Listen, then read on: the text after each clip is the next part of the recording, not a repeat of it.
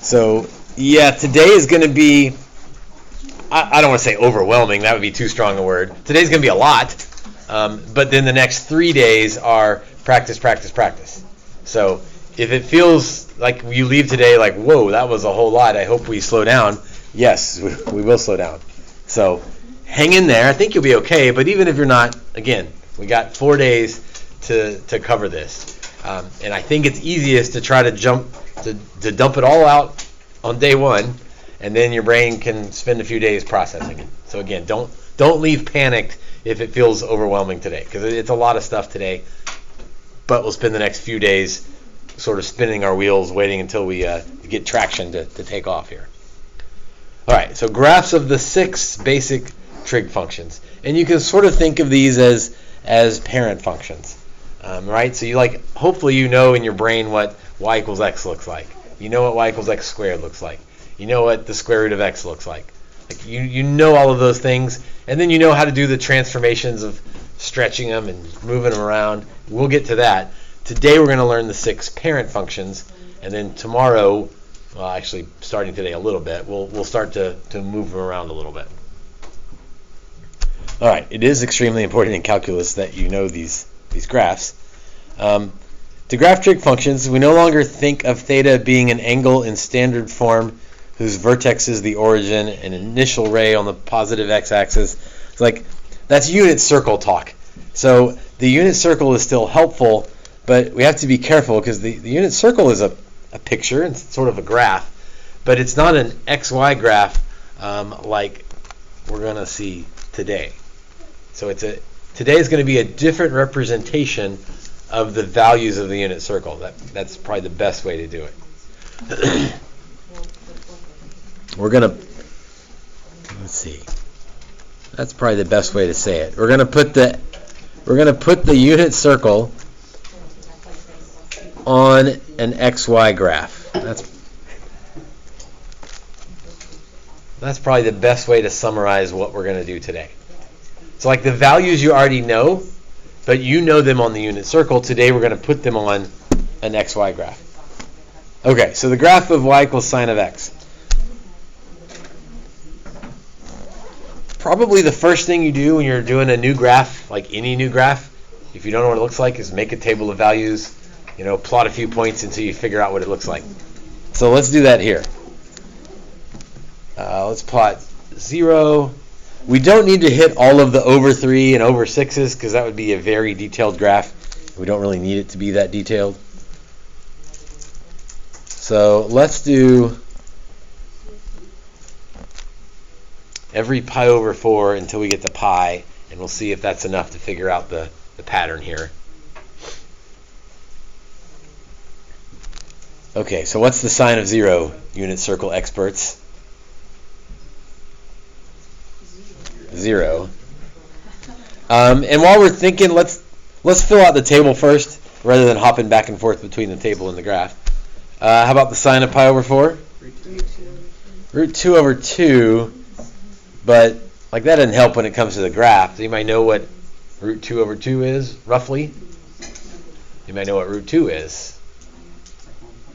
1 less than 1.5, less 1.5. It's less than 1.5, that's true. It's 1.4-ish.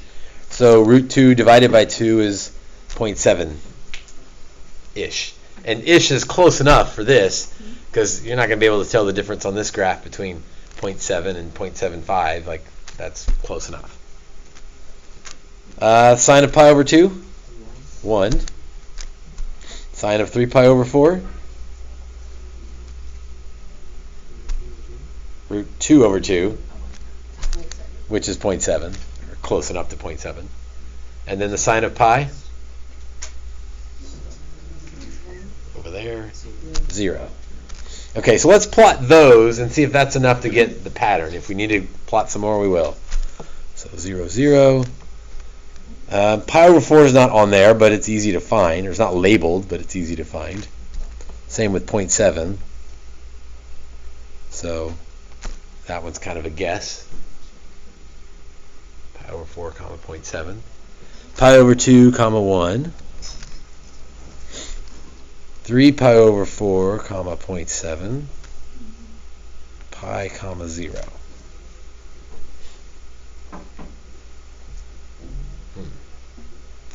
we didn't go all the way around, but what happens when we get past pi? What happens to the y values of sine of x? It goes negative. So we're going to kind of follow this pattern. You can always plot a point or two if you're not sure. Sine of 2 pi is 0. Sine of 3 pi over 2 is negative 1. Sine wave. There's a sine wave. If we think about the unit circle, this tries to get to this question. Where on this graph is the old quadrant 1, meaning unit circle quadrant 1? You understand what it's asking? Underneath the first orange. So like from there to there? Yeah. I think so. No, the first. Yeah, first quadrant goes to pi over 2. So it's like this is quadrant 1. Oh, probably should have put that a little bit lower. There's quadrant 2, quadrant 3, quadrant 4, if we're thinking of unit circle. Right? Because sine is positive in the first 2 quadrants and then negative in the second 2 quadrants, or quadrants 3 and 4. And once we make it all the way around the unit circle, then we just repeat the values. So once we make it all the way around, we're going to take this picture and just repeat the whole thing in between 2 pi and 4 pi. So we'll end at 4 pi. Halfway in between, we're at 0. Halfway in between there, we're at a max. Halfway in between there, we're at a minimum. So I'm not really looking at these values. I'm just thinking I'm going to repeat that picture into the next window.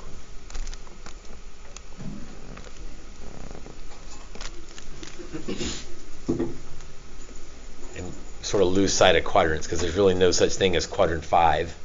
Right? We've recycled into quadrant 1, 2, 3, 4 again.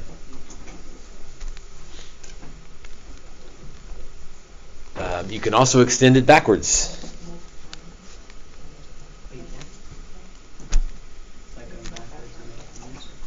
Yeah, like going backwards on the unit circle. Sine of negative pi over 2 is negative 1.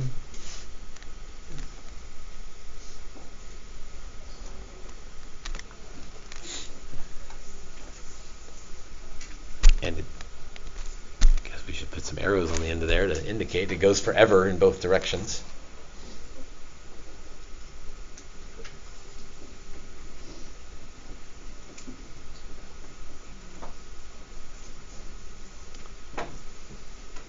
What is, I'm looking at the dots here, how about the domain of sine of x? What's the domain? You remember? Yep. Negative infinity to infinity, or you can do that fancy R thing to mean all real numbers, because it goes forever both ways. What about the range? Negative 1 to 1 with brackets, because we do reach positive 1 and we do reach negative 1.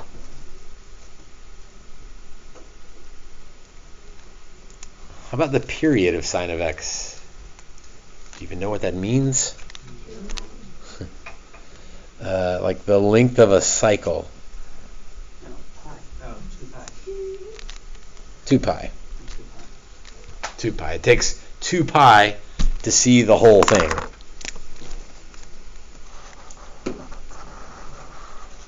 So there's one cycle, or one period.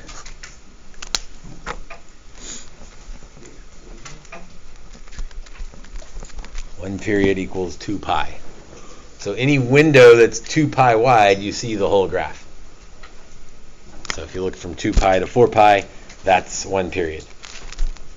It's a little bit weird, but even if you looked from pi to 3 pi, that doesn't look like a parent function sine graph, but you would see the whole graph. So any 2 pi window you look at, you see the whole thing.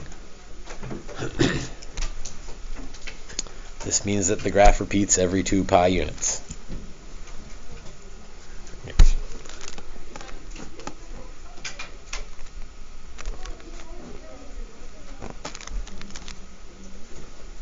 Every 2 pi, we just copy, paste, copy, paste, copy, paste.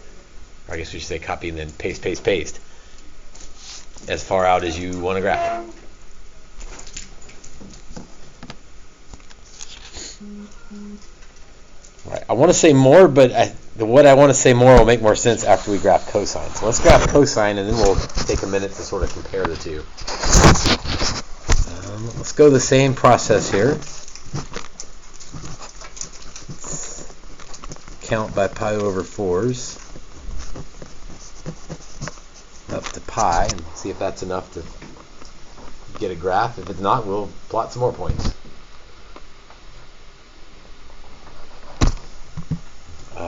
Cosine of 0?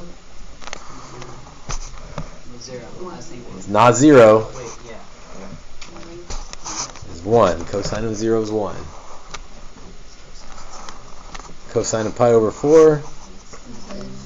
Root 2 over 2, or 0.7-ish, approximately 0.7. Cosine of pi over 2?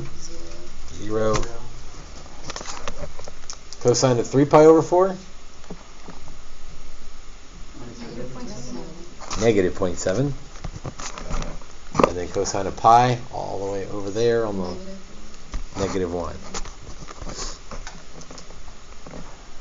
So let's plot those and see what that looks like. So 0, 1, pi over 4.7, pi over 2, 0, 3 pi over 4, negative 0.7, and pi negative 1.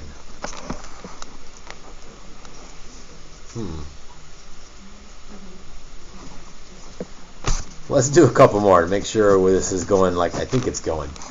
How about 3 pi over 2? What's cosine of 3 pi over 2? That's the down one, that's 0. And the cosine of 2 pi? So all the way around, that's 1. Okay, be careful. If you only graph the over 2's, then it looks like it might be like a V. It has the same shape as the sine, it's just shifted. So make sure you put some curvature in your cosine graph. Don't just do a V.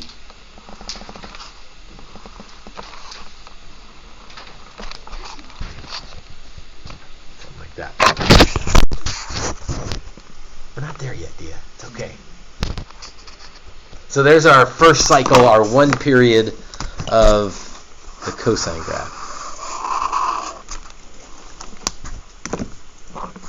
And we could say all those same things that we said about sine. Quadrants 1, 2, 3, and 4. Quadrant 1 is the very right of it? Remember, well, quadrant 1 is between 0 and pi over 2, if we're thinking unit circle quadrants. Okay. So this is a little bit tricky, a little bit confused. Normally, quadrant 1, 2, 3, 4, working our way around. But this is our unit circle quadrants. That's a good way to say it. We're unwrapping the unit circle and putting it on an XY graph. And so after we finish going all the way around, we just repeat. So I'm going to do that same copy-paste from 0 to 2 pi, now from 2 pi to 4 pi. And so I'll copy some of those key points over. The maximum is the starting and ending. The minimum is halfway. And the zeros are halfway between that. And again, if you didn't know anything, you just played connect the dots, it wouldn't look good. But you know this thing looks like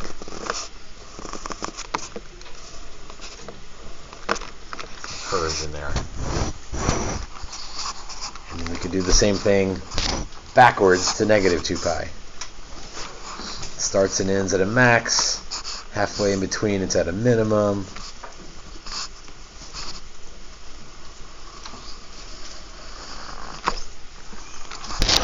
Cosine graph. So cosine graph and sine graph, they have the same shape, they're just left-right shifts of one another.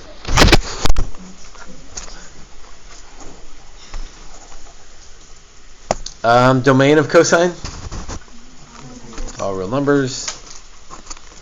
Range of cosine, negative 1 to 1, so it makes sense that it has some things in common with sine, since they look a lot alike. The period is still 2 pi, because that's how much of the graph you need to see all of it. means the graph repeats every 2 pi units.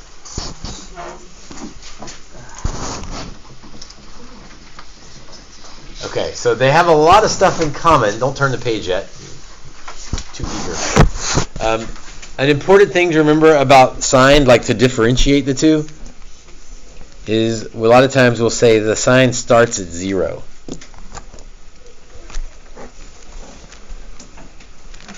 Or another way to say that is it starts on the midline. There's a midline running through that graph. The sine graph starts on the midline. As opposed to cosine, where would you say the cosine starts at? And y equals 1 is right. I'm going to say it starts at a max. Because when we start moving things around, it might not be at 1, but it'll still be at the max. So it starts at a max.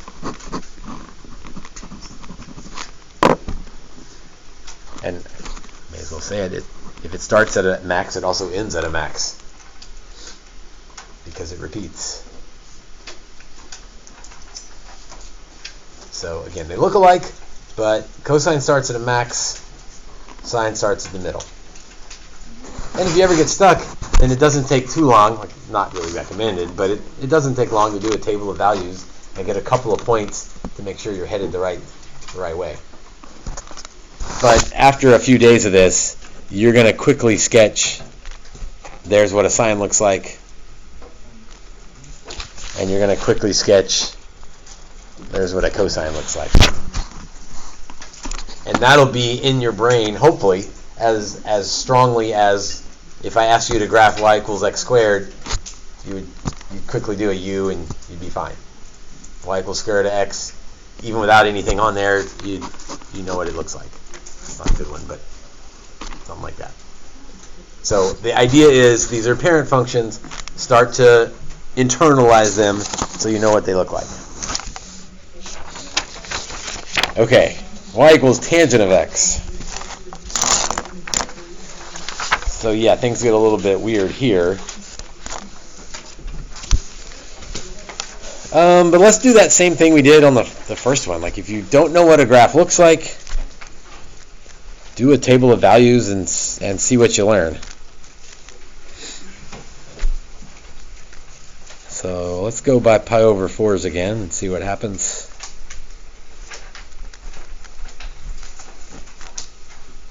So we'll go by pi over 4s to pi, and then we'll plot those and see if we can make sense of this thing.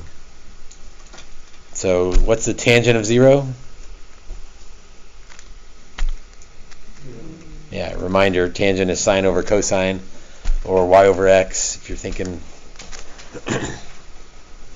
So yeah, tangent of 0 is 0.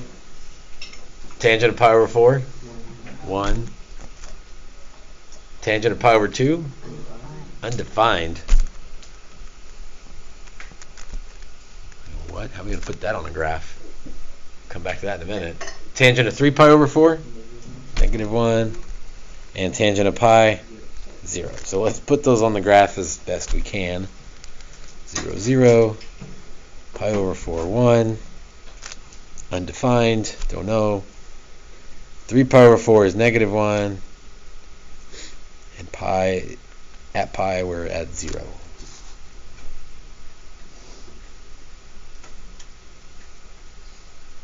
Undefined. Any idea? You probably know, especially if you start peeking ahead on the words there. It's an asymptote. There's an asymptote there. Think back to, and you divide by 0. If there's a 0 in the bottom, it makes an asymptote. Well, if cosine is 0, then that's 0 in the bottom. There's an asymptote at pi over 2.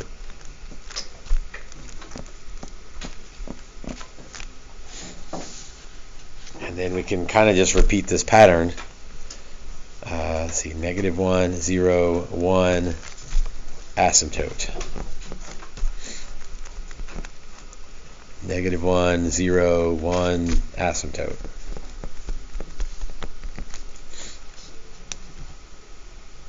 Let's extend it back a little bit because it looks a little bit weird maybe if we just start at the origin. So what's at negative pi over 4? What's the y value? What's the tangent of negative pi over 4?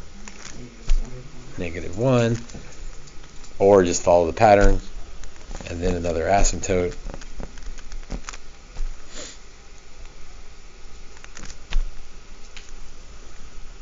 So these look a little bit like x cubed. Should be hesitant to say that because it's definitely not x cubed, but that same general type shape.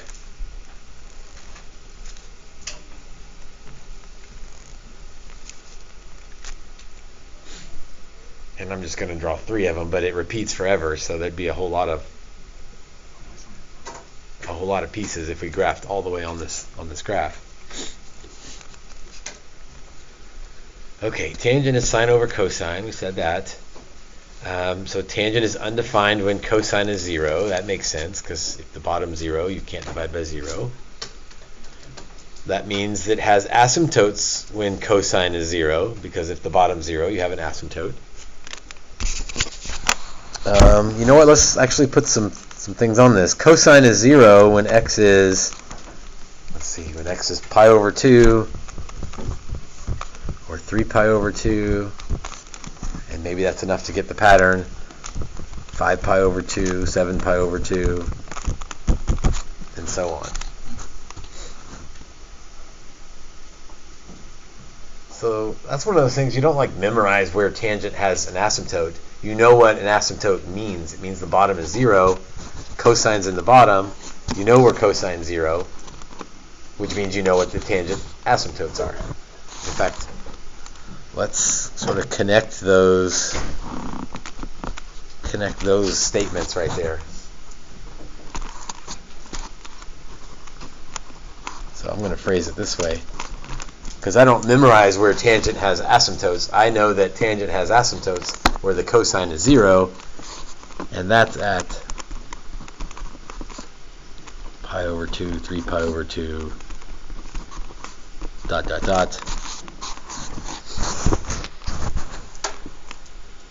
And then we get a little fancy, because I don't want to write all those all the time. I'm going to say k pi over 2, but I have to be specific about what k is, because it's not all the k's. What has to be true of k for that to work? K has to be odd.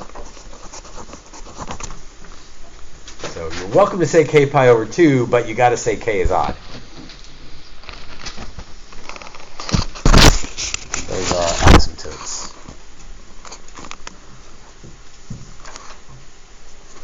Let's see. Domain. What would you say domain is?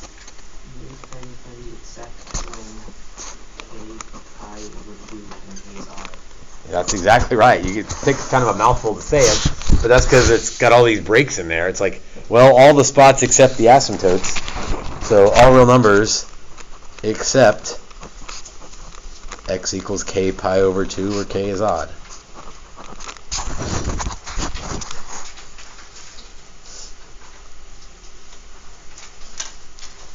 What about the range?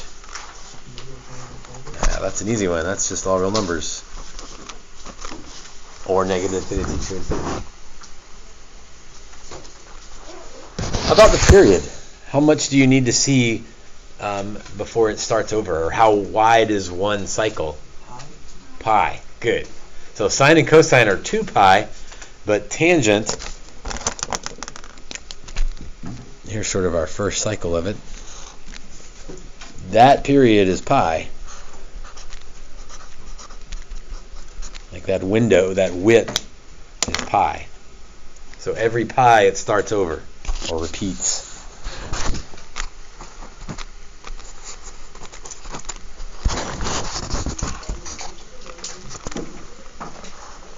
Some limit questions, but if we have the picture to look at, these shouldn't be too bad. Limit as x approaches pi over 2. You know what the little minus sign means? Have we done these in here? This is definitely a calculus thing. That little minus sign means from the left. So as x gets close to pi over 2, but coming from the left.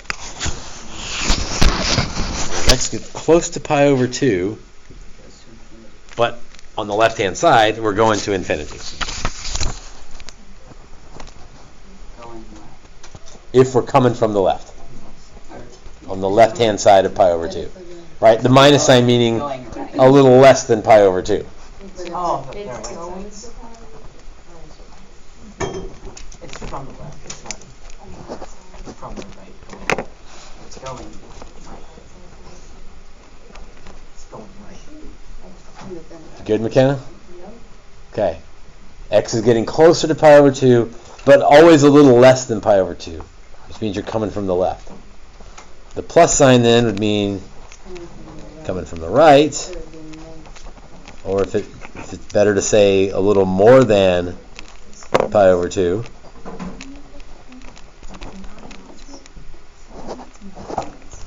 So back to my picture. A little more than pi over 2, getting close to pi over 2, but on the right side of pi over 2, we're headed to negative infinity.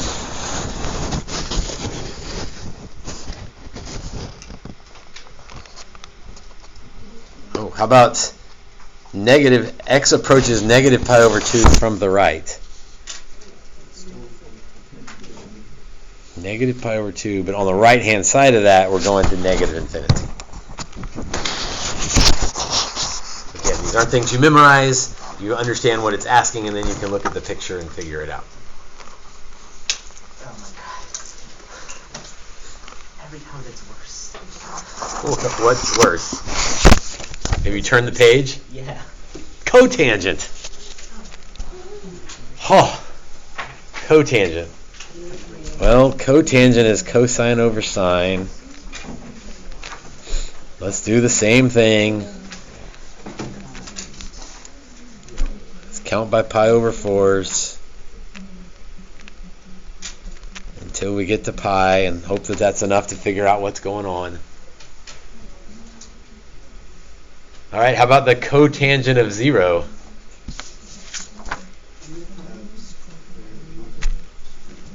Cosine over sine, yeah, and the sine of 0 is undefined, or the sine of 0 is 0, which means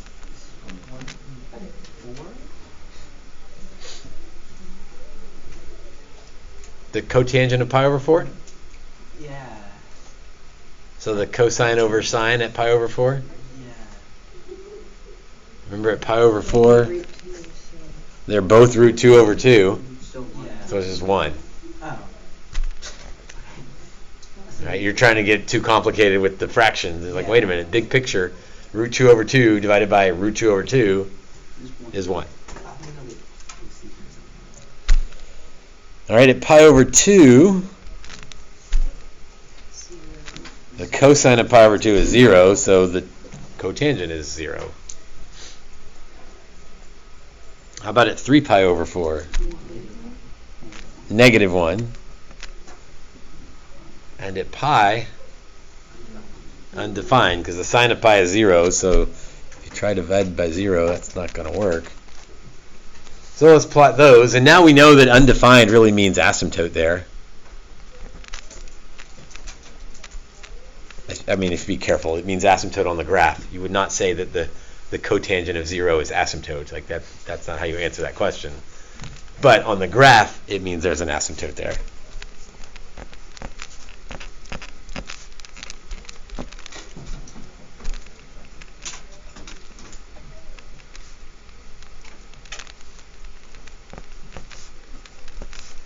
Oh, so this is,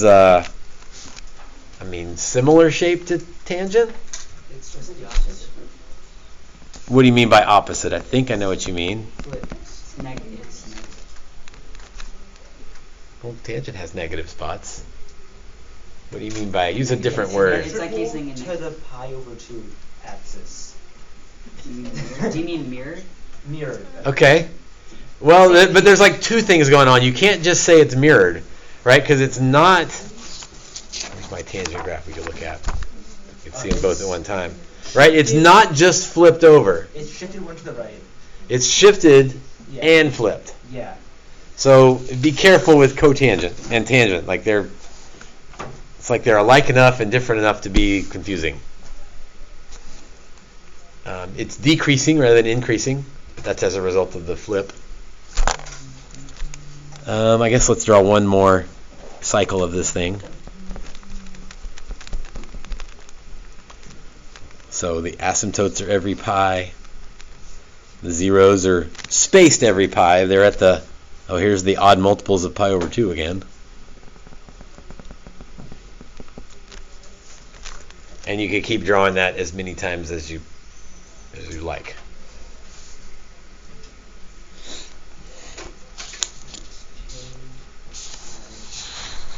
All right, let's answer some of these questions. Well, you could say even k pi over 2, but there's an even better way to say that. K pi and pi. Let's see. You guys are jumping ahead of me, which is fine. Undefined when sign is 0. Sign is 0 when x equals 0, pi, 2 pi, and so on. I'm going to attach that to the asymptote question down here. So again, I don't really have it memorized off the top of my head where cotangent has asymptotes. Instead, I think cotangent is cosine over sine. So it has asymptotes where sine is 0. And then what was your way of, did you come up with a good way to, just k pi. You don't have to worry about evens and odds because it's all the integers. It wouldn't be wrong if you said k pi over 2 where k is even. No one says that, but that's correct. It would be correct. Yes, I would probably mark it wrong when I was grading, and then you'd be like, wait a minute, Mr. Wolf, this is right. What's that? Like, you originally said it was a whole number. We need to put that? We do need to say that k is an integer. Because it doesn't work if k is 1/2 or 0.7 or whatever, so we do need to say k is an integer. Okay, domain. Well, domain kind of goes with asymptotes as well, right? Because it's all real numbers except where the asymptotes are.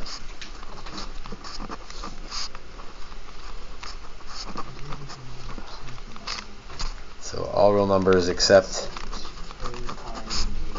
k, pi, and k is an integer. But again, these statements are not things that I put on a card to memorize or properties that I memorize. Well, if I understand what the graph looks like, then it's easy to answer these questions. Range is all real numbers because it goes forever up and forever down. The period, what's the period? Pi. So another thing that tangent and cotangent have in common that they don't have in common with sine and cosine. So the period is pi. Repeats every pi units. And here we go again with these left and right limits. As x approaches pi from the left, or a little less than pi. So we're a little less than pi, but we're getting close to pi. That would be negative infinity.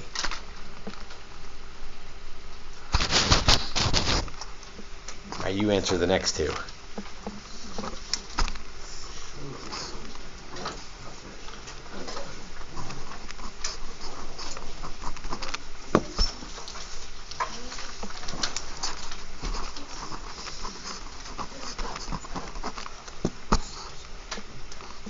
So that second one, x approaches pi from the right. That would be infinity. And then this last one I don't even have drawn, so I either need to draw it or think really careful here. To the right of negative pi. I don't know. I'm gonna sketch it to make sure. Yeah, so that would be positive infinity. Yes. Be careful though. Yeah, that's yes. Okay, so cotangent and tangent have some things in common, but some things not in common, right? Cotangent, the tangent of 0 is 0, so it sort of starts at 0. The starts with thing is a good thing to memorize. So tangent starts at 0. Cotangent starts at an asymptote, or starts on an asymptote maybe.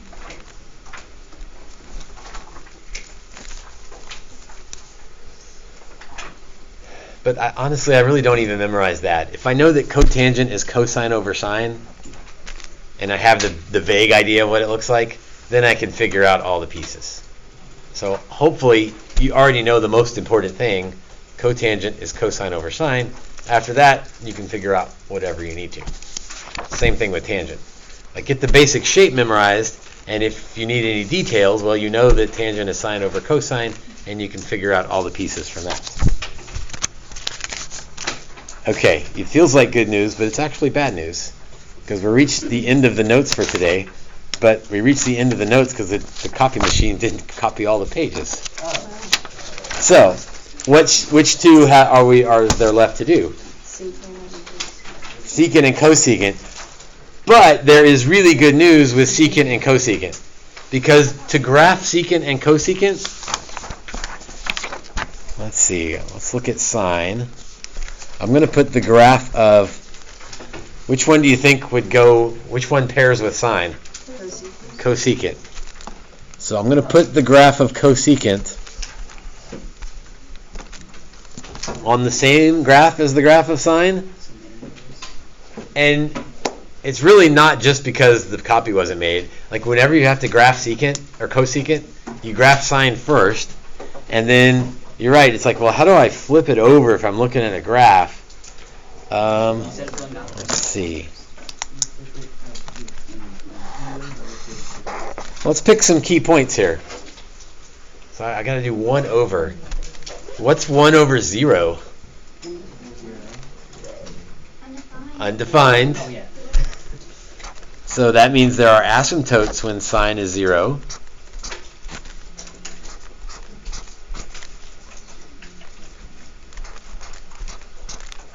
So asymptotes where sine is 0.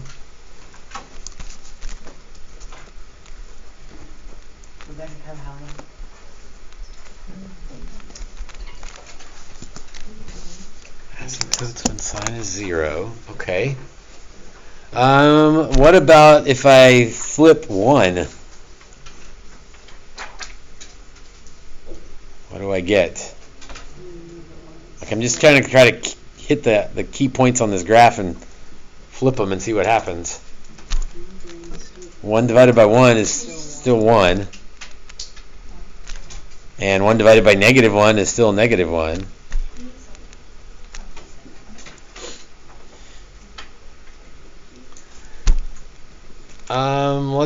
I don't want to do 0.7. Somewhere in there it's a half. What's 1 over a half? 2. So that means somewhere in here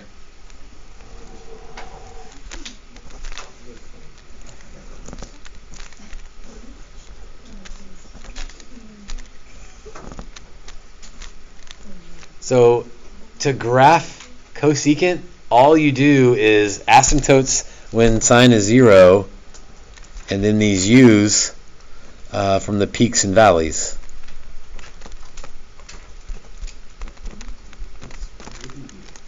Wait, so just where the u's are? So the graph of the cosecant is the u's. So to graph cosecant, you graph sine and then put the asymptotes and u's on. So in some ways it's like the hardest of them, but in other ways it's like, well, if I already know how to graph sine, it's really not hard to do cosecant because it's just asymptotes and u's. And then you can probably guess what happens on cosine. Let's see. Let's go red with this one. So if y equals secant of x, that's 1 over cosine. So that means there's asymptotes when cosine is 0. So it's kind of the same process. Wherever the graph is 0, you're going to have asymptotes.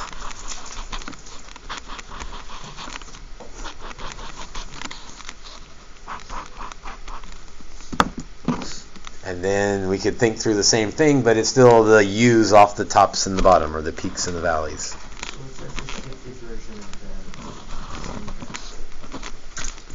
cosine is a shifted version of sine, and then secant is a shifted version of cosecant. That is true.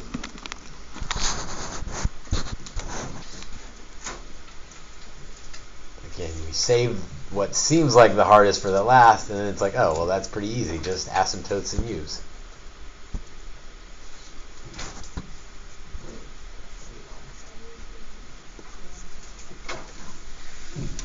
Asymptotes and u's.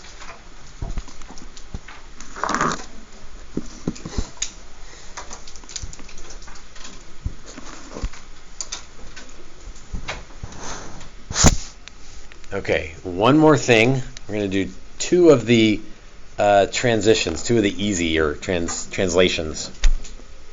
We don't have room, but they'll fit up at the very top. The amplitude.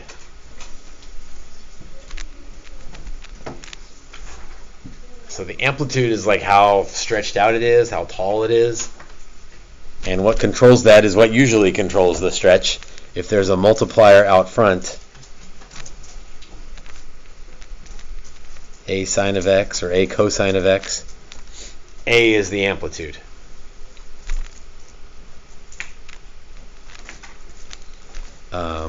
We could say, let's see, amplitude. Let's be careful. If you want to say it's the height, you need to say it's the height above the midline. It is not the height from peak to valley. It's not the height from peak to valley. It's the height from midline to the peak. In fact, we could draw that on one of these, as if this picture isn't already gummed up enough. On that first height, that amplitude is 1, because it has a height of 1. So from peak to valley is 2, but we don't say the amplitude is 2. We say the amplitude is 1. And a little more informally, we could just say it's like the stretch factor. And how stretched out does it get?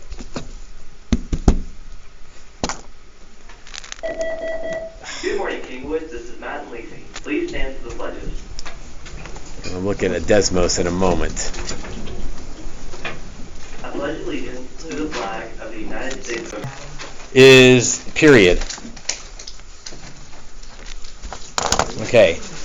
Period is normally 2 pi for sine and cosine, secant and cosecant. It's pi for tangent and cotangent. But if there's an adjustment in there somewhere, like sine of bx or cosine of bx, then the new period is not b. That's the confusing part. So the a is the amplitude. That makes sense. The period is 2 pi over b.